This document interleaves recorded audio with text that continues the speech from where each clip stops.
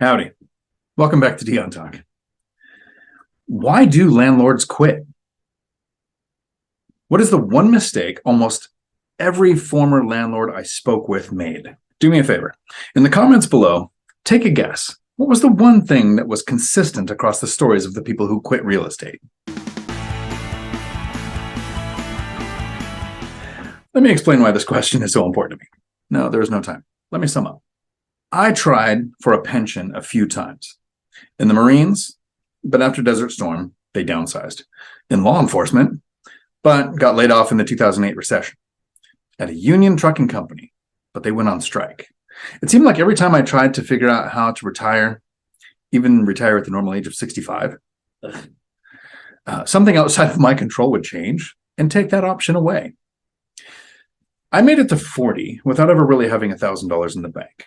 I was 40, a single parent with 3 kids, recently laid off from a police department, making $17 an hour, and I found out about $89,000 in bad debt in my name that I didn't know existed until the divorce. So I decided to make my own pension. It took 8 years to reach financial independence, where work became optional. I worked for 4 more years because I loved my job, and I retired after 12 years of investing. Time freedom eventually won out even over a job that I loved. I have tried to explain my strategy to people and explain how where I'm at, to me, is at least better than winning the lottery. With 16 rental units, I spend a little less than 2 hours a month self-managing them for an income, a profit, a bit over $200,000 a year. So even though I love the job I had, I retired. When I started at the company, I was making $17 an hour, but for the last few years, since I had been demoted all the way down to the president of the company, I was making 6 figures and had $2 million golden handcuffs. I still walked away. That's the freedom and lifestyle that real estate has given me. So here's why I lost sleep over the last couple of years before deciding to retire. Why do people quit? What is the one consistent thing that happens to people to make them walk away from time freedom and financial freedom I have from just having 16 rental units? I get some people aren't cut out for it. Some don't run it like a business. Others have a life event and they have to sell. But nothing seemed consistent. Each person I found kind of had a different reason. And before pulling the plug, walking away from a great job, to retire early and live the life I couldn't even dream of 15 years ago. Really, a life I didn't think was possible for someone like me, just a regular guy, not super smart, not special, not an entrepreneur, not the type of person who wins the lottery. So I went on a personal mission for the last 2 years, searching for the answer. And when I found the mistake that was almost always present in former landlords, just finding the problem gave me the confidence to quit my job and know that the one thing that consistently contributed to people walking away from their financial freedom was something I wouldn't do. I searched for people who used to own rentals, and it wasn't easy to find them. I interact with a lot of people in the one rental at a time community and in BiggerPockets and the Facebook groups and on their website and the forums, groups where people share their strategies for buying real estate and reaching financial freedom. For the most part, when someone fails and quits, and to me, that's what failing in real estate is. It's when you quit. Those people stop interacting with these communities. So how do you find them? How do you ask them why they quit? It isn't like there are local REI meetups, and then somewhere else there are local REI Anon meetups for the people who used to be real estate investors and quit. But then I realized there are those groups, whole communities of people who never invested in real estate and people who used to invest in real estate and failed. And they're all willing to explain what they did wrong. Some didn't run it like a business. Some didn't educate themselves. Some don't have people skills. Some had a life event. All of these options were sprinkled in the failed landlord groups or choose FI groups where even talking about real estate gets you attacked. Most of the people there are focused on stocks. And like I said earlier, either never invested in real estate or tried and failed. But these 5 words kept popping up.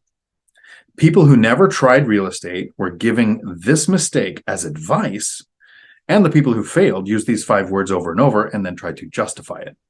If you are investing in real estate, here is the one mistake you could make that will cause you to fail. Maybe not now or for a few years, but definitely over time. An example is I have a friend who used to have a sixplex here in Tacoma, close to where I invest. He sold it years ago. At the time, he had to because he made the mistake the other failed landlords made. He said he wishes he didn't sell and that now knows what his mistake was. In almost every conversation with failed landlords, here's the 5 words they used. The 5 words that even Stephan put in a comment on a video I was in where we talked about him having to sell some of his properties. Those former landlords said, I didn't raise the rent.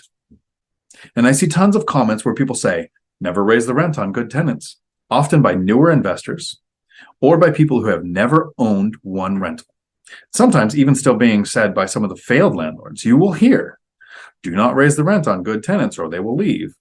Only raise the rents if your expenses go up.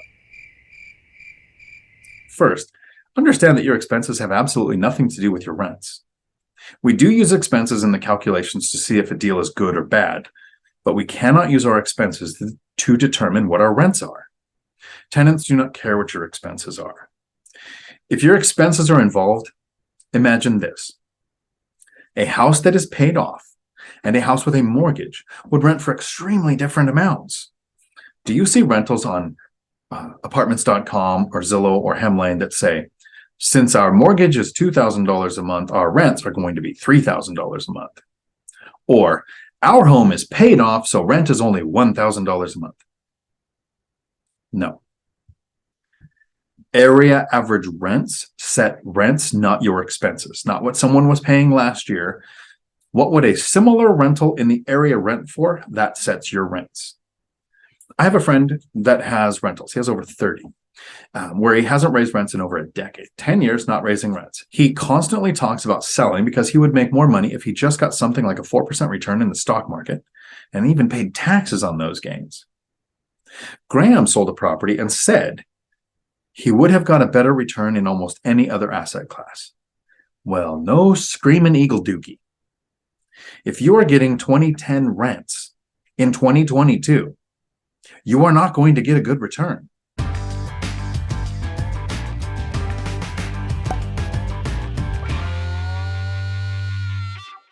Imagine if I explained the largest mistake landlords make in a video and then stopped talking and didn't give the solution.